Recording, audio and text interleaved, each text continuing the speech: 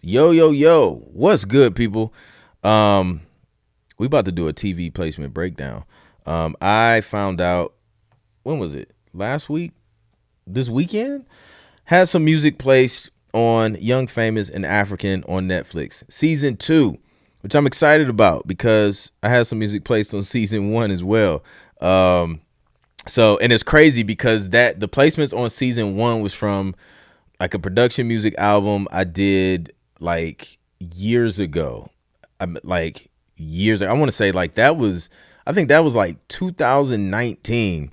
Like it was years ago. So then it ended up getting used on season 1, and then I did a new album with a completely different team, and I think I did that.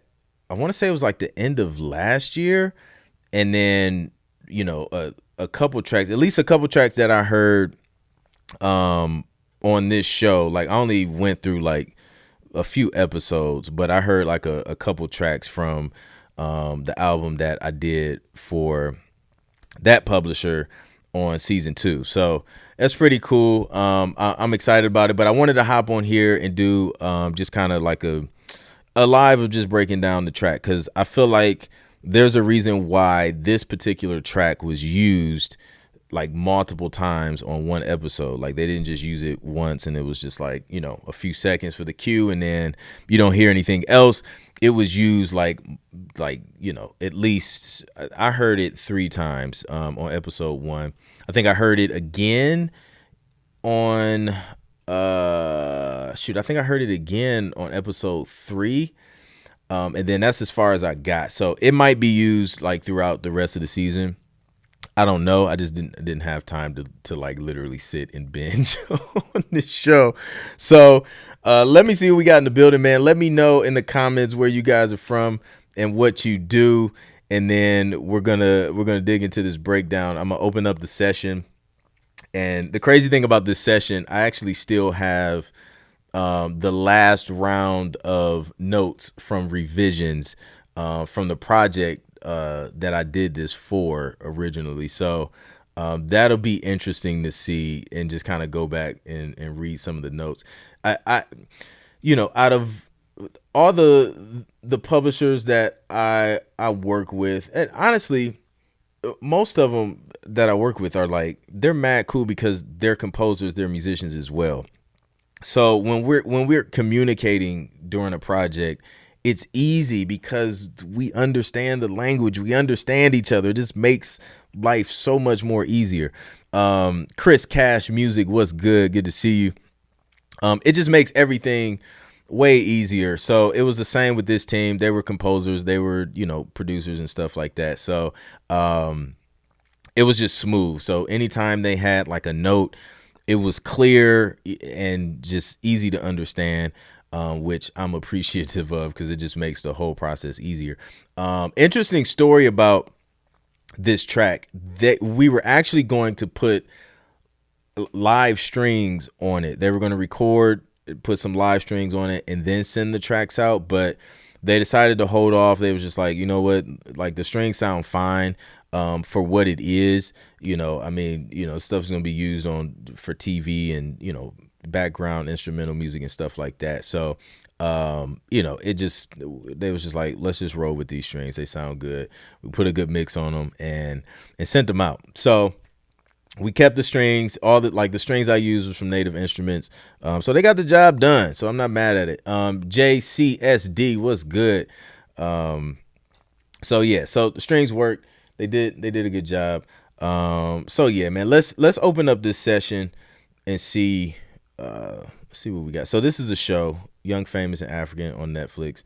Season 2, episode 1 is where I first heard this track being used. And it didn't take too long either. It didn't take too long. So, all right. So let's open up the session. This is the session. This is the track. And there's some ear candy in here. Transition wise, I had some fun. I'm not gonna lie. I had a little bit of fun doing some fun transition things. But the team also pushed me because some things that I would normally do when I structure tracks, we kind of pushed it a little bit more by adding certain things that they felt like editors would appreciate.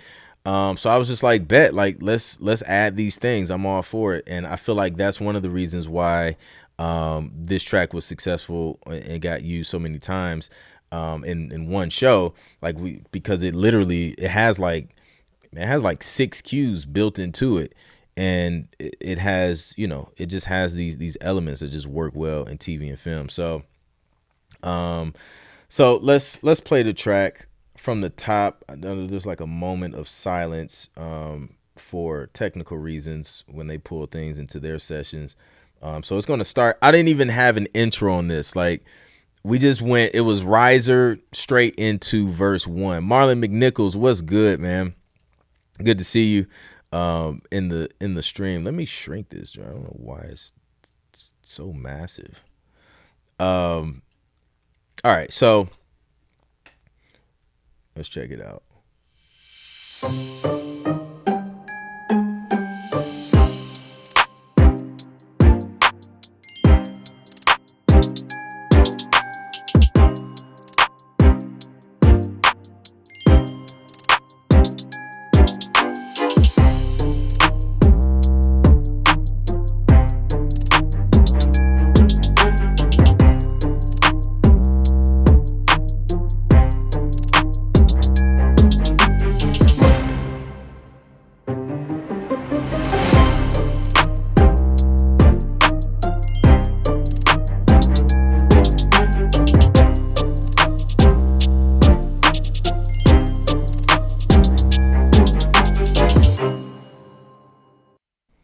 All right, so right off the bat, like we already have like 3 cues and we're not even done with the track yet. So we got 2 sting endings so far. So we have this one, which is kind of hard because I got like an orchestral hit in there. I got the kick, everything hitting that root note, which is the 6 in this scale. And then that's the second ending, followed by just silence. So that helps editors transition from scene to scene. And they used at least 2 of the stings in this track. So that's like, I feel like that helped a lot. So literally, if they wanted to just come in on a completely different cue, they have this set up here, which goes into the hook. That's when the hook starts. Or they could just start right here.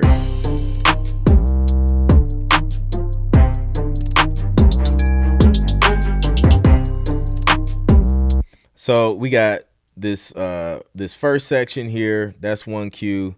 The second section, that's a second one.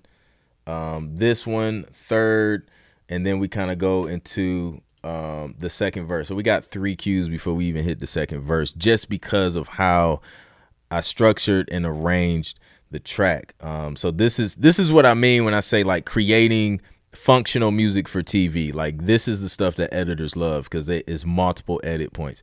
So let's pick up on the second verse.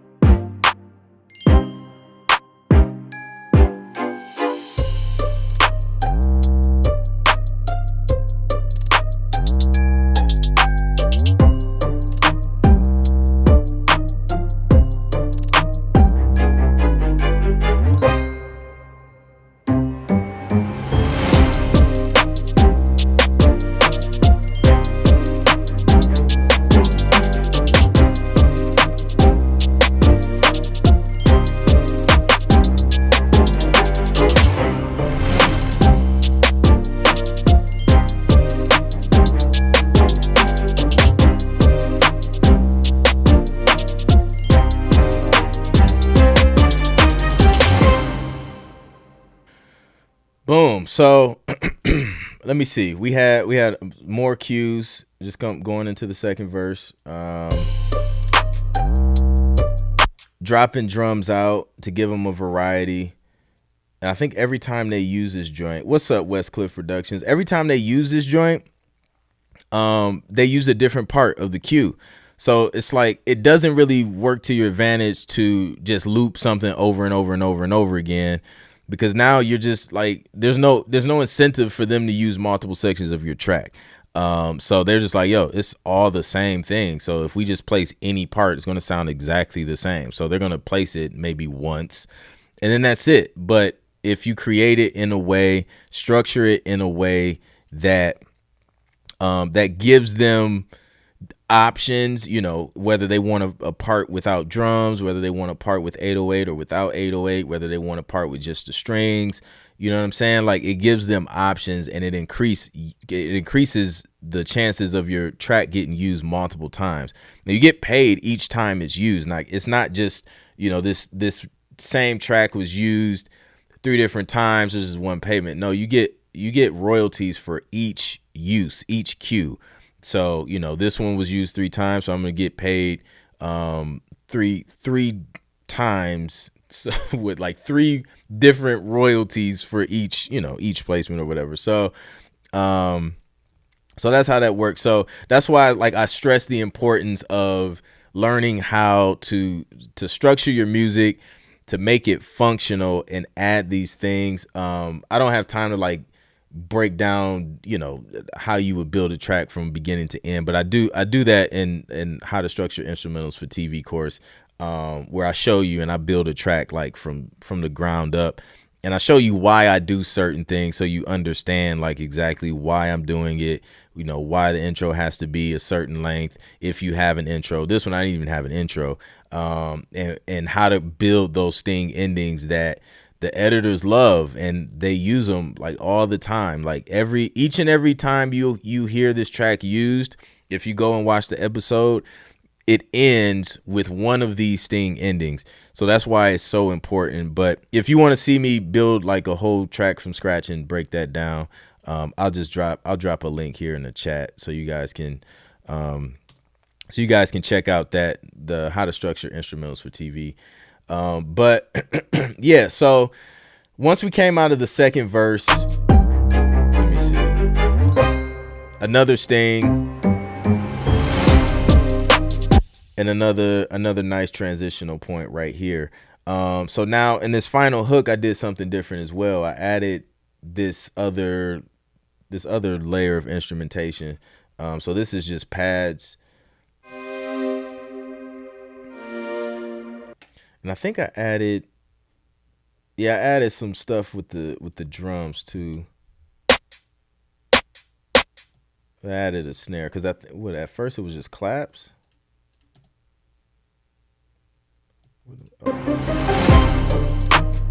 Yeah, it was just claps. So the final hook to make it feel like it builded built more builded. It was more built. Let's say that. Let's say it was more built. It built up more on this final hook because I added some snares. I added, what is this? Some shakers. What is this? There's another hi-hat. And I added these pads. I think that was it. So yeah, so now each hook is different. And it sounds like a different cue because it has different layers of instrumentation. So there's no time to get bored with this track because it's constantly changing, it's constantly developing, and it's giving them so many options. So I threw some ear candy in there, just kind of building up and coming out.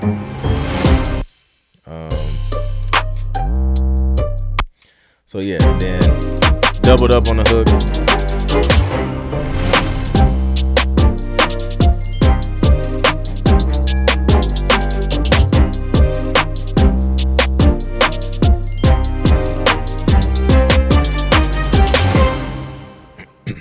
And then that final sting ending, and that's the track. So it was about where we at? It was about just under 2 minutes long, which was I think what we were going for. They were going around that 2 minute mark.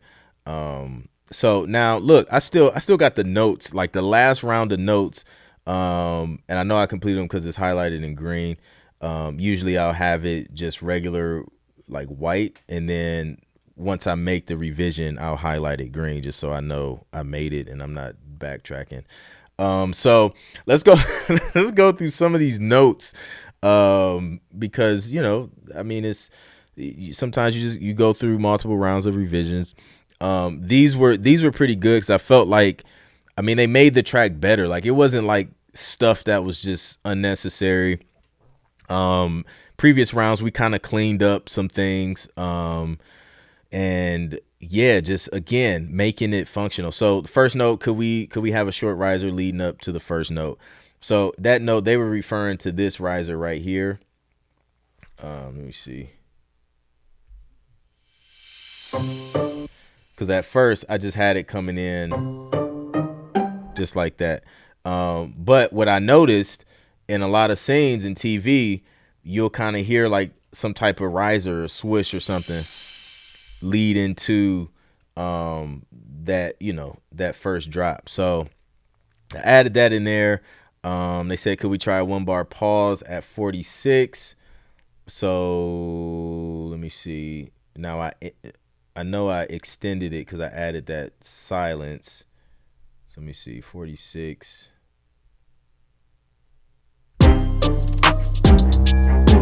So that was here. This was the pause that we added. And that, again, that's creating another edit point. So I was like, okay, now that makes sense. So I added that because usually what I would normally do, and you'll even see this in the How to Structure Instrumentals for TV course. What I would normally do is just go straight. We just going straight to the second verse. We ain't wasting no time. I just would have went straight there, but we added that pause, and this is something that I actually may implement more in some of my instrumental cues, is kind of adding that pause, because I think it was effective. So first live I've caught, been subbed up for a bit, love the work and keep at it. Appreciate that, man. Shout out to the new people in the stream. Welcome. Let me know where you guys are from and what you do.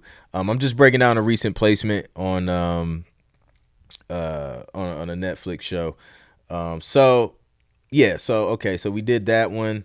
The next edit was some subtle percussion could really help to maintain the drive and fill space in the mix. Could introduce some at 40. So I think we were like right here. That first, I think this is the first hook. No. Yeah, the second half of the first hook, we threw some percussion in there to help build up towards the end of the section, then bring it back to the second chorus. So then we brought it back in the second chorus. As you can see here, these are those shakers that they wanted. What's up, Storm Joint? So we added those. What else? The second chorus needs to be more dramatic than the first, because your boy was just like, I don't think it was just, the last chorus was just like the previous chorus. I should know better than that, but that's why it helps to have a dope set of ears from other composers that's working on the project. And it's great. I think it's great when composers work with the publishing companies that you work with as well, because again, going back to communication, man, like, you guys understand what's going on. Because like every round of revisions we had, there was no issue. Like, I understood exactly what they were asking for, so it helped a lot because they knew how to explain it. So we added that, switching up the beat slightly, adding more percussion, another element. And this is them just throwing out ideas, right? So it's not like a hard, it must be percussion, it must be a pad. They're basically just saying, we want something to just switch up the beat a little bit. Use your discretion, right? Like, they trust your ear, so it's just like, add something to just lift it up a little bit. So that's what I did. I added some shakers, and then I added this synth pad here. And that, that gave the chorus a lift, and it made it kind of stand out from the previous chorus, so that we could continue building up to that final sting ending. And then 128, which is somewhere in here. Could we add kicks accenting the 3 Sting hits at this point? It'll help ground the piece. Let me see what that is.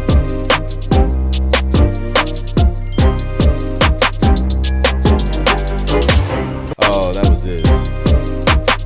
I think.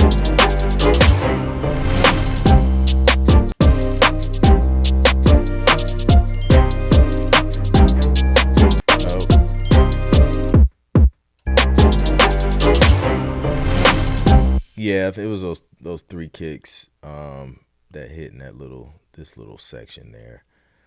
So we did that, and then the last edit was, could we turn the riser down slightly and give it a harder, more exponential fade into 130? The riser at 130, is it this?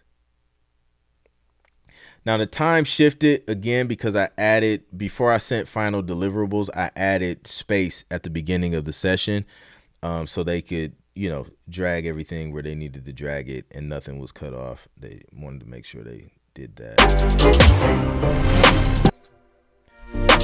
Yeah, I think it was this one. Yeah, it was this one here. Yeah, I see where I faded it. So yeah, so they wanted like a quicker fade on that.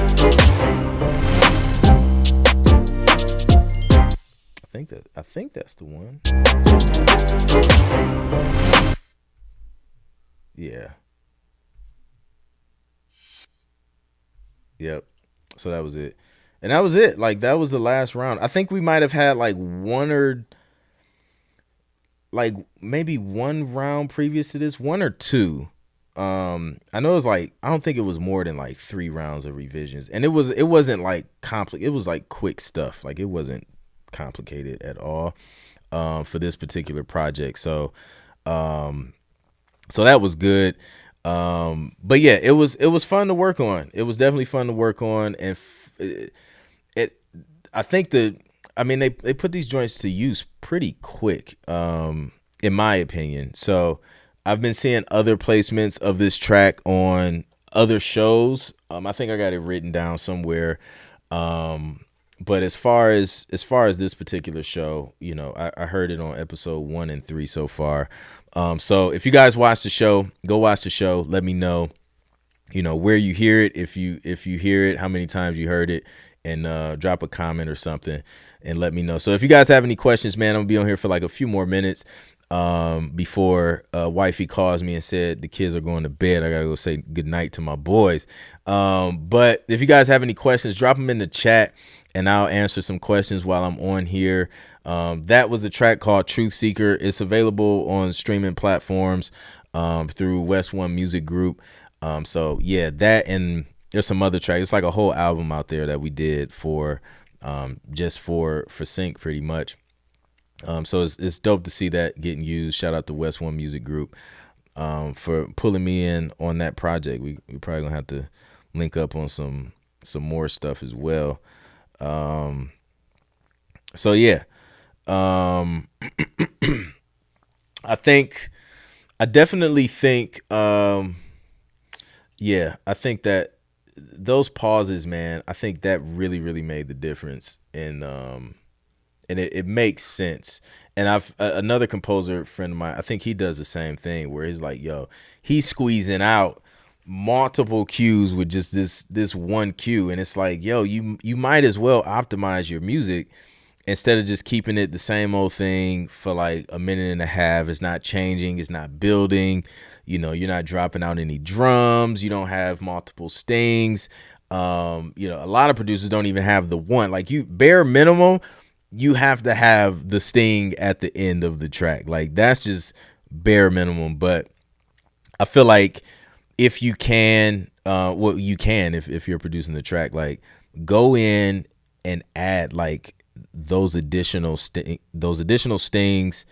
at the end of verses. Because I think on here it was it was at the end of, was it at the end of a verse? No, it was at the end of the hook. So I think at the end of like each hook, just having um a sting ending helps a lot. Because again, it's about options. We had like, you know, three different vibes of sting endings. Like there was a softer one, there was a harder one, then there was the one that literally had all the instrumentation in there at the end. So, you know, depending on how intense they wanted it to be, they had options, which, you know, is crucial. That's what you want to give editors, man. You want to give them options, want to make their job easier. And, you know, so they can, I guess, edit as less as possible. And, you know, if they like it, hey, you know, like I've had like years ago, I had an editor reach out, and I don't even know if I don't know how he found my info, but he had reached out and was just like, "Yo, like love your music." You know, he was just like, I think he was like, I think he was like a contractor or something where like, you know, they just kind of work on projects just as freelancers. So pretty much they give them the footage and they give them access to the, you know, the production company's music library, like where all the music that they have rights to use. So they give them access to it. And literally he was just like, yo, like, I liked your tracks. I just placed, I just placed them like all throughout a whole season of a show on, I think it was, I forget the network it was on, but they'll just go through and just like, just because they like your music and will just keep using it and just keep placing it. They'll search your name because there's tons of music in there. So whatever you can do to try and stand out, you know, having a high quality mix, having a high quality master, using high quality sounds, you know, great sound selection, all these things will help your music stand out. And then once it clicks and people like it, they use it. They're like, yo, I know this guy has dope stuff. So, or this guy or gal has dope stuff. So I'm going to go in his library and just search their name. So search the composer name and they'll just keep placing your stuff. And then that's how you get on like multiple episodes of A Love and Hip Hop, A Young Famous and African, A Black Ink Crew, you know, whatever, football, Thursday night football, March Madness. Like they'll just keep pulling your stuff. So that's how you do it, man. Kid Strange, what's good? Welcome to the stream. Just finished breaking down a session of a track that was placed on Young Famous and African on Netflix. Their newest season just dropped, I don't know, about a week ago. So found out I had some music on there. So I went through the show and just kind of watched it, see what they used. And, yeah, came across a track that they used like a few times in the episode. So I figured I'd open up the session and see what in the world I was thinking when I created it. Luckily I still had some notes from the session, from the publishers that,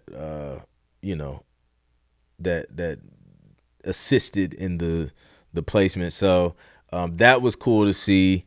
And yeah, man, we just broke it down. So if you just tuned in, I'll leave this live up and you can just replay it and check it out. But yeah, if you guys have any questions, definitely drop them in the chat. I'm also gonna leave this link here on the How to Structure course, because that's where I really go in and like show you how to make your music functional for TV specifically. Structure instrumentals for TV. So I go over everything. Now, you know, I don't think I do I can't remember if I do the pauses. I don't think I did in this course, but from what you guys seen here on the stream, I would definitely recommend adding that. It's probably going to depend too on the publisher and you know, kind of what they envision and how they usually use it. I know like one of the composers on this album was it I think he was like, he used to be music supervisor on Keeping Up with the Kardashians, which was dope because I have music on that show as well. So they know exactly, like, they just knew, like, and that makes it easier as well because it's like, yo, they already know what they want, they know what works. So you literally have this team of people telling you, yo, like, add this. I'm like, yo, I'm gonna add it because they've been here, they've done that, so they know exactly what they want, what works, and then look, it works. So super dope. Andreas, what's good? Sorry to be late to the live. No, you're good. Can you briefly explain again? The revision notes came from the publishing company, and in the end, you put the final version onto the streaming services as well.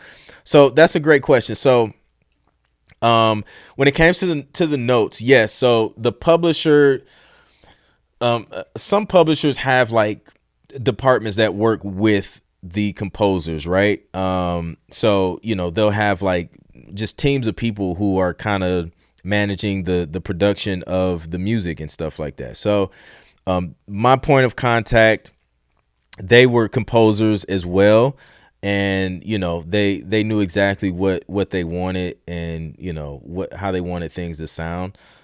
So the notes came from them specifically, and sometimes I think we hopped on maybe 1 or 2 calls.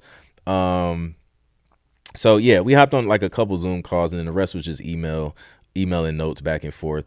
And I think they may even went in and kind of did some mixing on some stuff on the final version. So notes came from them, and then as far as the final deliverables, once we got all that finalized, they were the ones that were responsible for uploading to all the streaming services and things like that. So you guys can literally check out this song. It's called, what's the name of it? It's called Truth Seeker. I forget the album name, but it's called Truth Seeker. I don't know. Type Anthony Clint Jr. Truth Seeker. It'll probably pop up on whatever streaming service. But there's a whole album. So we produced like a whole album specifically for TV. And then, once royalties come in from that stuff, that circles around and we get paid for that. Once we recoup, we did a small advance on each track for these. So once that advance is recouped, which it shouldn't take long, like it wasn't anything massive. I think I can't remember exactly how much it was, but yeah, once that's recouped, then you'll see those things kind of roll back around, and then you get the streaming royalties, you get the performance royalties, and then whatever else, sync fees, if there's any upfront sync fees, you get that stuff as well. So yeah, so they handle all that, man. Literally all I did was like, I created the music, I sent it to them, and they handled the rest. I just followed the instructions that they had, and that was it. And that's why, I always tell producers, like, yo, I think one of the best ways, because everybody was like, yo, I want like a direct connect. I want to work with the network directly. I'm like, you have zero idea of all the work that is involved with that.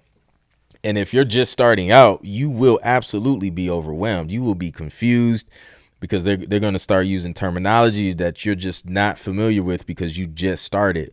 So, I recommend starting out with music libraries and publishers that specialize in sync, because that gives you a chance to learn the terminology, especially if you didn't go through my Road to 10 Placements course. But you learn the terminology, you learn what deliverables look like, you learn what they like, what they don't like, and it just gives you the time to be able to just focus on creating and then send it off, and then they handle all of the admin work and stuff like that for you. So that's why I think it's really dope as far as getting started. Yeah, definitely have some bonus videos in there as well, to kind of help out. Hey, Major Keys, what's good? Good to see you. Thanks for sharing that multiple sting ending. That's a gem. I see those AX7s. I've been looking to get those. Yes, bro. I love them. Man. Like the clarity. I've even gone back and listened to other tracks on these and other records just released from other people. And the clarity is amazing. You hear things that you may not hear on other monitors. Like, and you can hear exactly where it is in the mix. Like it's crazy. So yeah, Adam makes great, excuse me, great monitors. Well, that's great service on their part. Understood. Yeah, absolutely, man. And I mean, they're the publisher. That's what the publisher do, and that's why like sometimes producers is like, yo, like they're asking for 100% publisher share of royalties, and they're giving me 100% share of writers. Like, I feel like that's a bit much. I'm like, how? Like, are you going to publish the music? Do you have the connections at the networks and the production companies? Do you have the resources to be able to make sure your works are published on a worldwide level, like not just America, like worldwide? Like, I have placements all over, like not just the States. I mean, you got stuff that like originates in, I mean, I got placements in Germany, UK, from like shows that are based in those countries. And it's more than just sending somebody music. Like, publishing is more involved in it. So I feel like it's fair. It's like, you're creating the music. They're not asking you for your writer share. They're asking for the share that I feel like, respectfully, they hopefully earn by publishing the music. Like, that's the other half. That's the part that gets you paid, to be honest. Like, if we just keep it 100, you can create all the tracks in the world, but until you publish them, or until you find someone to publish them for you, they ain't gonna make you no money. So I feel like that's 50-50. 100% publisher share goes to the publisher in regards to performance royalties. And 50-50 sync fees is usually the split for that. Streaming royalties, like I think that's a different split. I can't remember with this particular publisher, but sometimes that can look different. And then sometimes the publisher they don't care anything about the streaming. Like, they'll be like, yo, like, you can upload that stuff yourself and, just collect 100% of that. They don't really care too much. It just depends on who you're working with. So yeah, Rachel Evans, no problem. I hope it helps. Need to get those ASAP. I use them a few times at the studio. Yeah, man. Yep. Have I used them? I don't think I've played around. No, I did use them at there was a studio here in Atlanta where I worked on some stuff. And yeah, I think that was my first time using them in a studio setting. And yeah, I was just like, I like these. At the time, I could not afford those. I was just like, I'm gonna get them. I had the JBLs. At that, did I have I don't know. I think I might have had the JBLs by then, because yeah, them Rocket 5s. I had some Rocket 5s, and those joints, yeah, Rocket 5s. Most of the revision notes with this. Oh yeah, you're definitely gonna get those revisions for sure. Adam sub at. You know what? I have a JBL sub from the JBL monitors I used to have. I haven't swapped it out, but I think I'm gonna swap it out for like.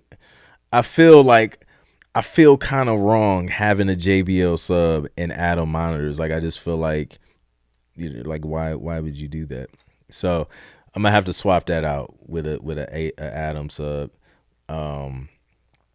So yeah, I think I got the JBL sub like right before my JBLs went out. They went out on me. It did something weird. Like, it was just doing something weird. So I ended up, I think it was a situation, man. What was the, no, that was after. So I had a first pair of JBLs, and then, something happened with Guitar Center's the warrant. Man, Guitar Center was trash. Like I was just like, yo, I'm not doing this again. Um, but yeah, bro, I like they were supposed to replace my monitors with brand new monitors. Bro, they sent me some super used JB. These joints were dusty, like literally dusty. They had mismatched power cables. And they were used like off the shelf of some garage, some Guitar Center from I don't know, man. Like where'd y'all get these from? So man, I had to escalate like crazy, like to get that resolved. And finally I escalated to the point where they sent me not only new JBLs, which I should have got the first time, but they sent me the next model. I think it was like the MK2s or something like that. So they sent me those, and then those ended up going out on me for whatever reason. And then that's when I was just like, you know what? I think I'm gonna try these Adams out. So I went and got these Adams, and yeah, been in love with them since. And I told Adam that too. I was like, Adam Audio, your monitors are great, and I'm gonna tell people about them. So shout out to Adam Audio, man. They got a new these are like the previous generation. They got another generation out. That it's got some cool tech in there as well. So yeah, but I've been happy, and I wasn't mad at the JBLs. Hold on, this is wifey calling.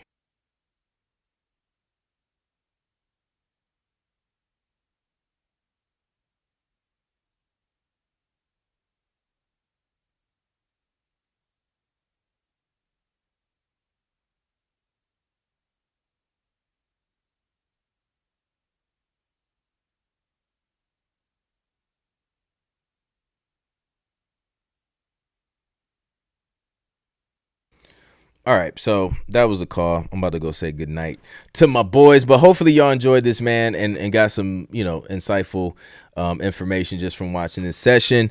Shout out to Young Famous and African from Netflix for using the music. Shout out to West One Music Group for the assist. And yeah, man, I'll catch you guys on the next one. Peace, and go watch it. Season 2, episode 1. Come back, comment, let me know if you heard the track. I'm out. Peace.